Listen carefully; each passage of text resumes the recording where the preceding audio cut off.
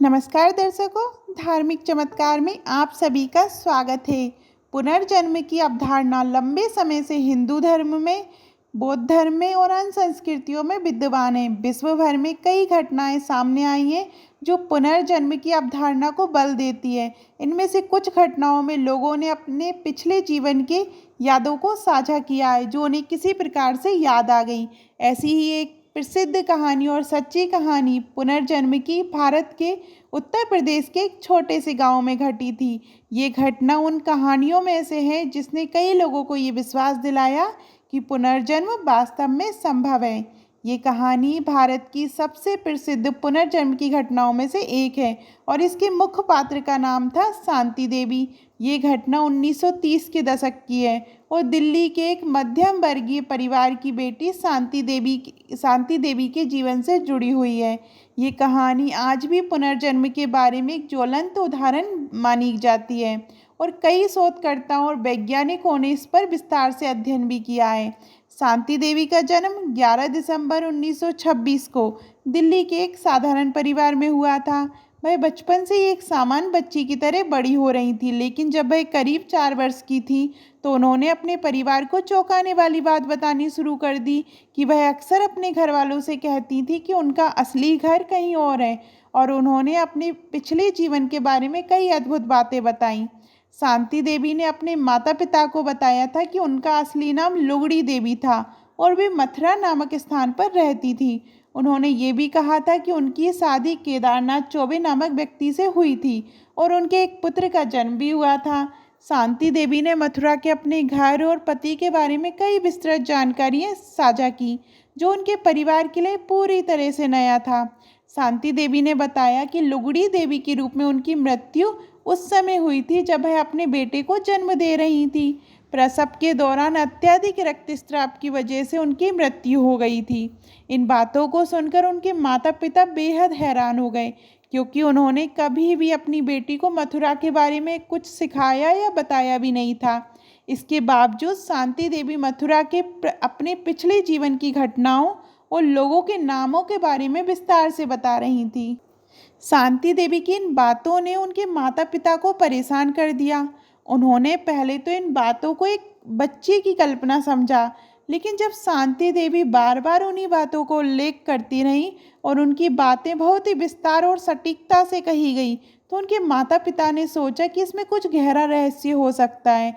उन्होंने निर्णय लिया कि वे इस मामले की जांच करेंगे और ये पता लगाएंगे कि क्या वास्तव में उनकी बेटी जो कह रही है उसमें सच्चाई है। शांति देवी के माता पिता ने मथुरा के एक व्यक्ति से संपर्क किया जो वहाँ केदारनाथ चौबे नामक व्यक्ति को जानता था।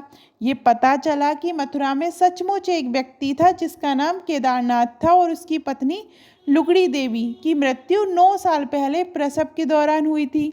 ये सुनकर शांति देवी के माता पिता चौंक गए और उन्होंने मथुरा जाकर इस पूरे मामले की पुष्टि करने का निर्णय लिया।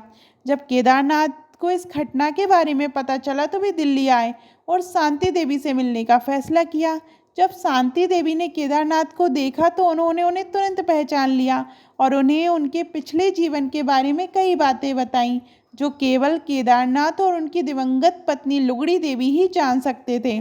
शांति देवी ने अपने पिछले जीवन के पति और घर के बारे में इतनी सटीक जानकारी दी कि केदारनाथ को यकीन हो गया था कि शांति देवी वास्तव में ही उनकी पत्नी लुगड़ी देवी का पुनर्जन्म है। शांति देवी ने केदारनाथ के परिवार के बारे में कई बातें बताईं, जैसे घर में कौन से कमरे कहाँ हैं, किस स्थान पर कौन सी वस्तु रखी होती थी और यहाँ तक कि वह एक ऐसे छिपे हुए स्थान का भी जिक्र कर रही थी जहाँ केदारनाथ ने अपने कुछ गहने और पैसे छिपाए थे। केदारनाथ ने ये सब बातें सही पाई। इसके बाद शांति देवी के माता पिता ने निर्णय लिया कि वे शांति देवी को मथुरा लेकर जाएंगे। जब वे मथुरा पहुँचे तो शांति देवी ने तुरंत अपने पिछले जीवन के घर को पहचान लिया और कई अन्य स्थानों को भी सही सही पहचाना। उन्होंने उन स्थानों के बारे में भी बताया जो केवल लुगड़ी देवी जान सकती थी।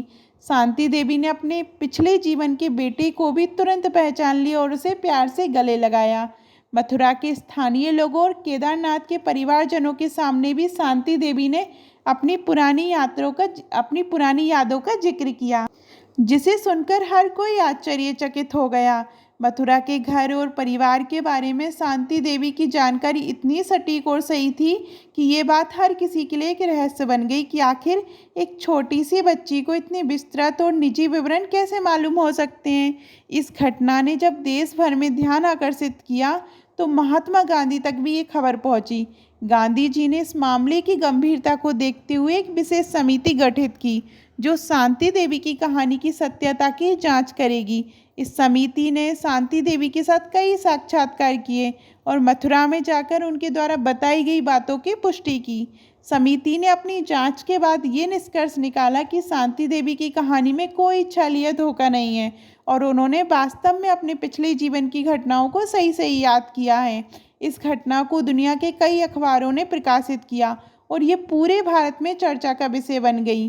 शांति देवी की ये कहानी उन लाखों लोगों के लिए प्रेरणा बनी जो पुनर्जन्म पर विश्वास करते हैं। इस घटना ने कई लोगों को पुनर्जन्म की अवधारणा पर विश्वास दिलाया और ये घटना आज भी पुनर्जन्म के उदाहरण के रूप में प्रस्तुत की जाती है। इसके बाद भी कई शोधकर्ताओं और वैज्ञानिकों ने भी इस मामले पर अध्ययन किया, लेकिन इसे आज तक कोई भी ठोस वैज्ञानिक स्पष्टीकरण नहीं मिल पाया है। शांति देवी अपने जीवन के बाकी हिस्से में साधारण जीवन जीती रही, लेकिन उनकी पुनर्जन्म की कहानी ने उन्हें जीवन भर प्रसिद्धि दिलाई।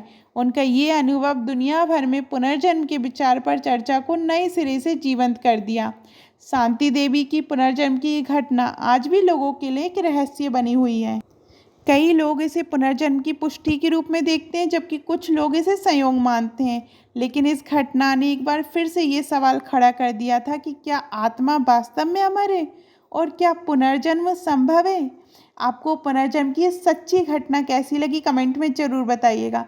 और अभी तक आपने हमारे चैनल धार्मिक चमत्कार को सब्सक्राइब नहीं किया है तो सब्सक्राइब करिएगा। धन्यवाद।